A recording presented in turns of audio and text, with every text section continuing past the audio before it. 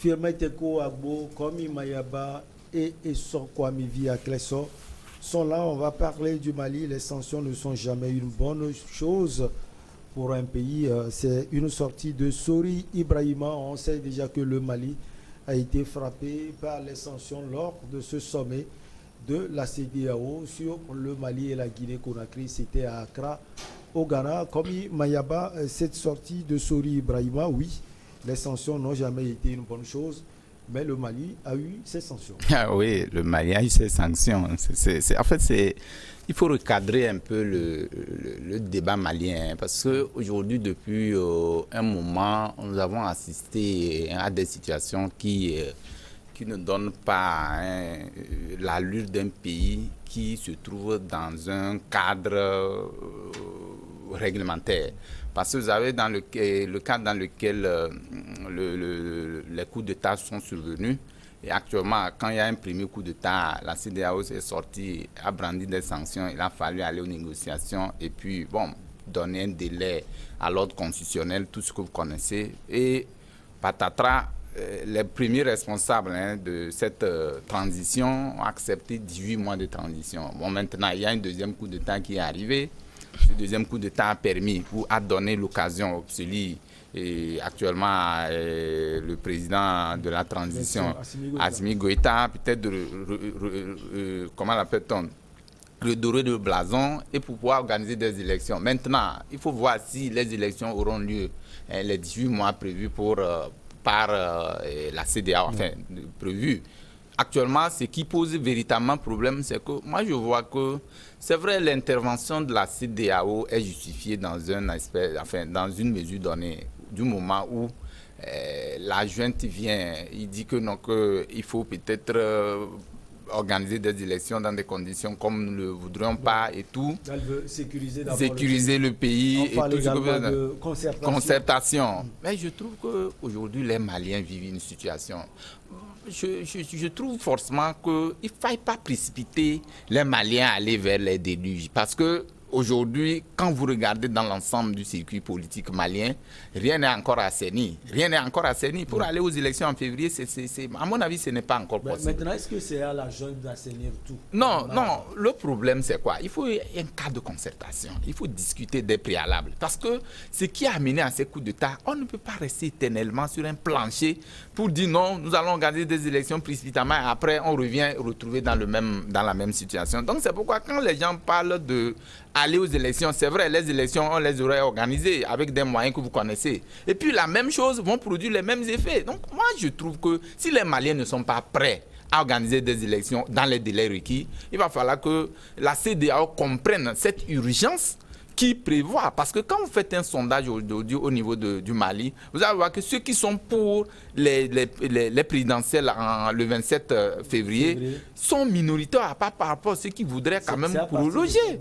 Non, c'est à partir que les sondages, quand vous prenez les sorties des gens manipulés par peut-être vous le dites, peut-être voilà, personne ne sait. Il n'y a pas un baromètre comme le disons, mais moi ce que je note, c'est que je note qu'actuellement rien n'a encore assaini au niveau du Mali pour pouvoir aller aux élections en février 2022. Donc il va falloir donner le temps. C'est vrai, ça va prendre du temps et tout, mais vaut mieux tard que jamais, parce que les problèmes maliens, c'est des problèmes qui sont à répétition et qui continuent de pleuvoir sur le continent. À part le Mali, il y a la Guinée qui est là-bas, qui a aussi eu des sanctions.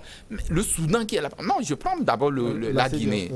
La CEDEAO aussi vient d'infliger des sanctions à la Guinée. Donc aujourd'hui, il ne sert à rien, du moment où le coup d'État est déjà accepté, qu'on a la CEDEAO a déjà peut-être reconnu un coup d'État et qu'on puisse peut-être dire on vous suit, organiser des élections, aidez-les à organiser des élections dans des conditions apaisées. Parce que s'il faut précipiter la candidature, il faut rétablir l'ordre constitutionnel, tout ce qu'on appelle, je pense que ça peut créer d'autres remous. Il va falloir que les Maliens s'organisent, surtout que le gouvernement conscient, le gouvernement actuel de Choguel Maïga, qui est conscient de la situation, va vouloir faire de manière à ce que ce cadre de discussion puisse exister et véritablement organiser des élections qui puissent approuver l'assentiment des uns et des autres. Allez, le Mali ne peut pas organiser les élections en février 22 Firmin Tekou Abo. Au même moment, le Mali ne propose rien. C'est ça l'inquiétude. Vous attendez à ce qu'ils proposent quoi? Les gens qui ne veulent pas partir. Vous voulez qu'ils proposent quoi?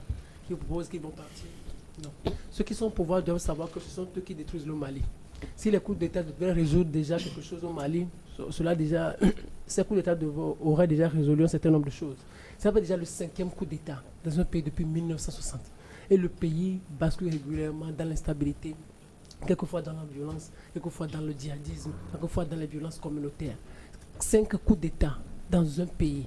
Et ceux-là qui viennent de perpétrer le récent coup d'État disent qu'ils ont besoin de temps de considérer. Quand leurs prédécesseurs perpétraient des coups d'État, qu'est-ce qu'ils n'avaient pas eu à proposer? Qu'est-ce qu'ils ont eu à proposer? Et comment ont-ils géré le pays? Ça veut dire, ceux qui perpètrent ces coups d'État, ou commettent ces coups d'État, sont des gens qui sont là, qui sont tellement inspirés par un esprit déstabilisateur. Ils veulent rien faire, ils sont antidémocratiques, ils veulent détruire les efforts de démocratie. Que sur toute la ligne, ils n'ont pas montré de signes qui prouvent à suffisance qu'ils ont envie de faire quelque chose. Non, attendez, ça fait déjà plus d'un an qu'ils sont à la tête. Non, ça fait déjà plus d'un an qu'ils sont à la tête de ce pays. Mais ceux-là, ils reprochaient un certain nombre de choses au président Ibeka. Alors, ça fait un an, alors qu'ils nous prouvent aussi qu'ils sont mieux que Ibeka.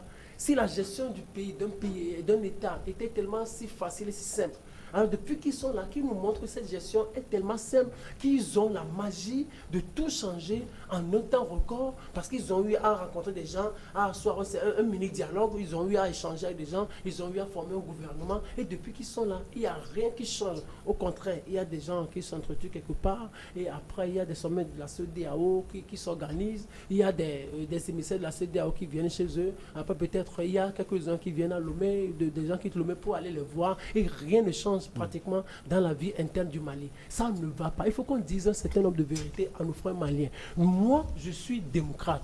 Depuis 1990, les Africains se battent pour construire la démocratie. Parce qu'on a remarqué que dans l'histoire de ceux qui étudient les régimes, dans l'histoire, on dit la démocratie, c'est le moins pire. C'est le régime le moins pire. Ça veut dire qu'il n'y a pas de meilleur régime en réalité. Mais la démocratie, c'est le moins pire. C'est le moins pire. Tous les régimes sont pires, mais la démocratie, c'est le moindre mal. Si on peut le dire ainsi. Donc, ça veut dire, nous avons accepté par convention que la démocratie, nous pouvons l'épouser. Nous pouvons construire nous pouvons en faire des bases pour nos pays. Ça fait depuis 1960, 1990. Les ATT sont passés par là, les Moussa Traoré sont passés par là, les Sanogo sont passés par là, les Ibeka sont passés par là. Et il reste toujours instabilité. Et vous ne voulez pas qu'on leur inflige des sanctions. Et puis après on nous dit, les sanctions ne sont pas une bonne chose. Vous voulez qu'on le fasse quoi? Qu'on les applaudisse des deux mains, qu'on leur dise, vous avez bien fait, restez là-bas. Non, il faut qu'on soit dur avec eux. Leur chance, c'est parce que la CEDEAO n'est pas une force militaire. Leur chance, c'est parce que la CEDEAO n'a pas une force militaire comme les Nations Unies en ont, par exemple, ONUCI et autres là. Cette force qui peut intervenir à tout moment. Cette force qui peut intervenir à tout moment. Moi, je souhaiterais que la CEDEAO réfléchisse vis-à-vis, au regard de tout ce que nous sommes en train de vivre sur le continent. Il faut que la CEDEAO réfléchisse à comment on peut mobiliser des militaires africains, des militaires de la région pour constituer une force militaire pour pouvoir intervenir dans ces cas, dans ces genres de situations. Les Maliens, ils s'en foutent parce que les dirigeants maliens, vos dirigeants maliens, ils s'en foutent parce qu'ils savent qu'il serait très difficile à la CEDEAO de leur infliger des sanctions économiques parce qu'ils ont au moins une dizaine de frontières. Infliger des sanctions économiques au Mali, ça veut dire ça va lourdement peser.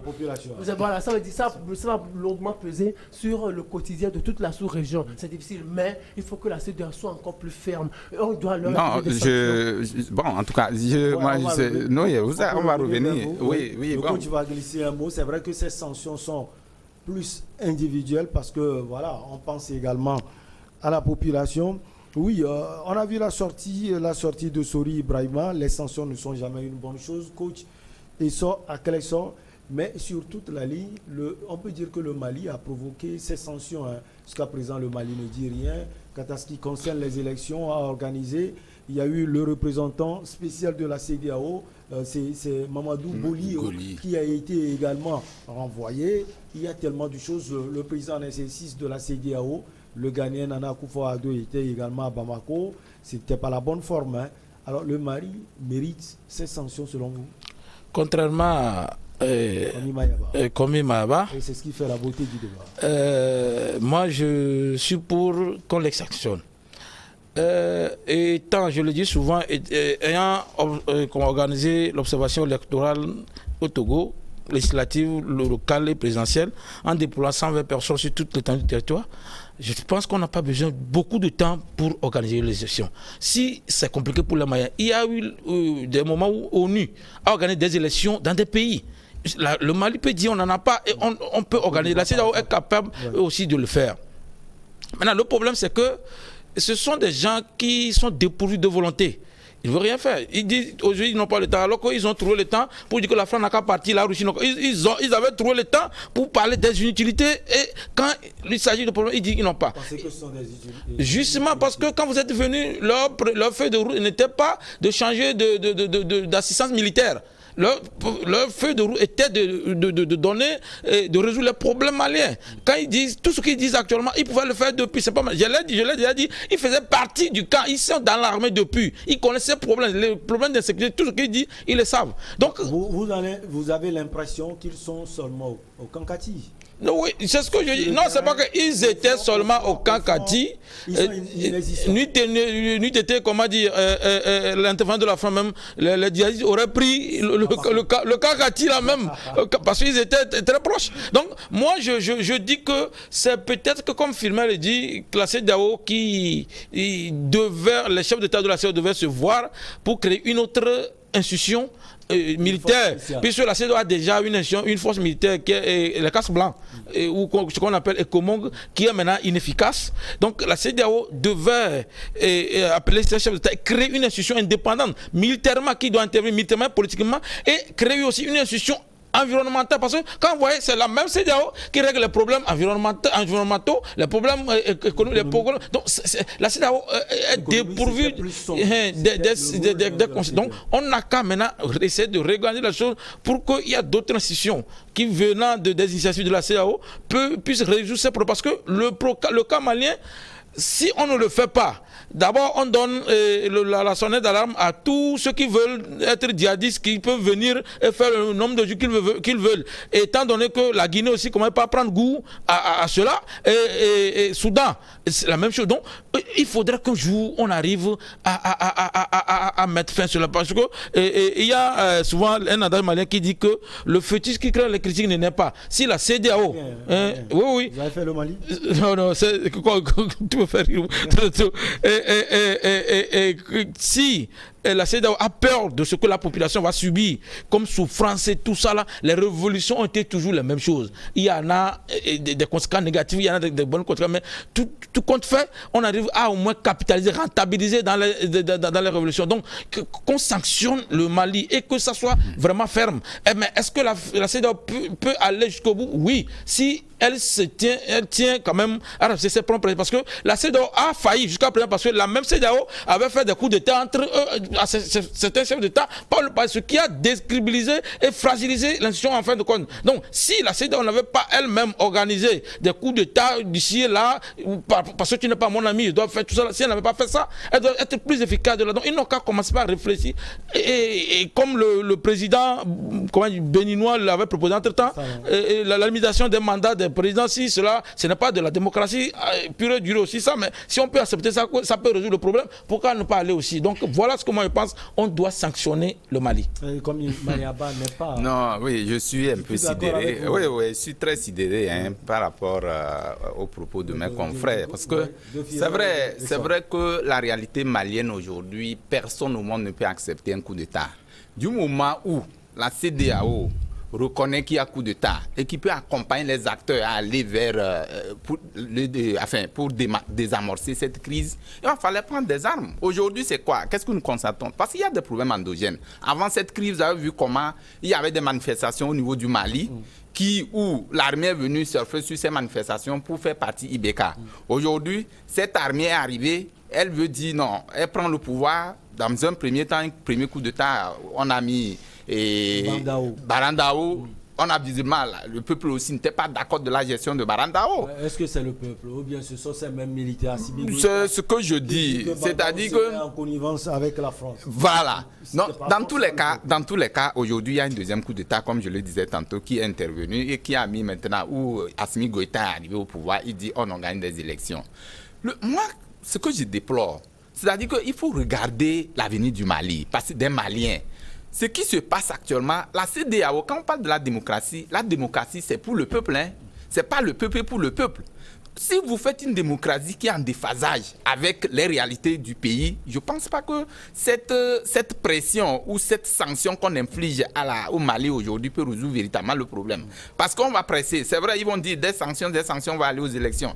Les coups de temps qu'on évite vont revenir. Parce qu'il faut résoudre le problème par les racines. Qu'est-ce qui a fait justement, c'est pourquoi je parle d'un dialogue. Quand on met les acteurs politiques, quand on met tous les acteurs en discussion autour d'une table, qu'on recense les problèmes, problème par problème, qu'on mette des balises à ce que des problèmes qui ont existé, qui ont amené à cette situation ne puissent arriver, je pense que ça serait encore efficace. Mais on a l'impression que ce n'est pas forcément le rôle de la junte militaire au pouvoir.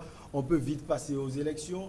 Et c'est le chef de l'État qui est démocratiquement élu qui peut organiser cette effectivement, je suis d'accord pour ce fait. Parce que aujourd'hui, quoi qu'on dise, celui qui est au pouvoir, il n'est pas légitime. Bon, enfin, il n'est pas, quoi qu'on dise, il n'est pas légitime. S'il n'est pas été élu, c'est un coup d'État qu'il a amené. Maintenant, pour assainir ce climat et revenir aux constituants, c'est-à-dire que pour revenir à la normale, il va falloir que les acteurs se mettent d'abord comment organiser des élections dans des cas de 18 mois, surtout qu'il y a 2 coups d'État successifs qui sont intervenus. Moi, à mon avis, c'est difficile. Mais laisser le peuple malien l'accompagner dans un délai raisonnable pour organiser des élections serait la meilleure formule, à mon avis. Parce que vous brandissez des sanctions. La CEDEAO est aujourd'hui est pris par ses propres turpitudes. Je peux l'exprimer ainsi parce que à l'époque, qu'est-ce qui a mené les Maliens à ce coup d'État? Les gens n'ont pas compris.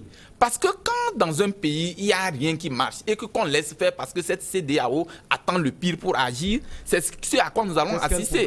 Non, elle pouvait faire quoi? Ibeka n'a pas tripatouillé les élections. Non, je n'ai pas dit Ibeka. La Constitution. Ibeka n'a pas tripatouillé la Constitution. Mais entre-temps, vous savez, qu'est-ce qui a amené le peuple malien à se soulever contre Ibeka? C'est la gestion. C'est la gestion du pays. Les gens n'étaient pas d'accord par rapport à la gestion. Non, à ce niveau, la CEDEAO n'avait pas, puisque, quoi qu'on dise, le Mali, c'est un pays souverain qui peut quand même gérer ses problèmes. Mais la CEDEAO peut intervenir pour mettre quand même, pour appeler ces gens-là à plus de retenue avant qu'on aille à un soulèvement populaire et aller à cette question de coup d'État. Parce que c'est le dernier recours, puisque quand on parle d'un coup d'État, c'est ce qui n'est pas possible à discuter. Quand les gens se lèvent, c'est comme dans un pays, il y a manifestation tous les jours que Dieu fait et qu'il y a des morts. Vous qui êtes censé être médiateur, vous taisez pour qu'un matin, le pire arrive, que vous sortiez pour brandir des sanctions. Et moi, je trouve que c'est un peu déplacé. Il va falloir que la CEDEAO puisse trouver une table de négociation avec les acteurs impliqués actuellement pour pouvoir trouver le délai raisonnable pour organiser ces élections. Surtout que dans la charte de la CEDEAO, on dit que même ceux qui sont au pouvoir actuellement ne peuvent pas être candidats pour des élections présidentielles. C'est un acquis. Il va falloir qu'on mette du temps pour organiser ces élections plutôt que de courir. Il ne sert à rien de courir, mais il faut partir à point. Vous proposez combien de temps? Non, en fait, c'est ensemble avec les acteurs qu'on peut définir le temps qui peut être raisonnable pour organiser ces élections. Allez, un autre sommet est prévu en décembre, Firmin Teko Agbo. On va voir si les lignes vont bouger, j'allais dire, au Mali. Moi, je suis sceptique. Mais quand on nous dit qu'il faut assez de temps pour réfléchir, donc on va appeler au dialogue. Il parle de concertation. Il faut une concertation dans tous les cas. Moi, je me rappelle, je prends l'exemple de mon cher pays, le Togo. On a fait la conférence nationale ici au Togo, ça a changé quoi? Beaucoup de choses. Beaucoup de choses. Les gens te diront que ça a changé. Beaucoup de choses ont changé. Conférence nationale, beaucoup de choses ont changé. Mon cher chose. Vous savez, je sais que vous connaissez l'histoire. Il n'y a à peu près que 2 ou 3 choses qui ont changé fondamentalement. La liberté d'expression. Ouais. C'est déjà un acquis. La liberté d'expression, la liberté de religion, c'est tout. Mais après ça, à part ça, il y a eu quoi de fondamental? La transition en réalité même a échoué.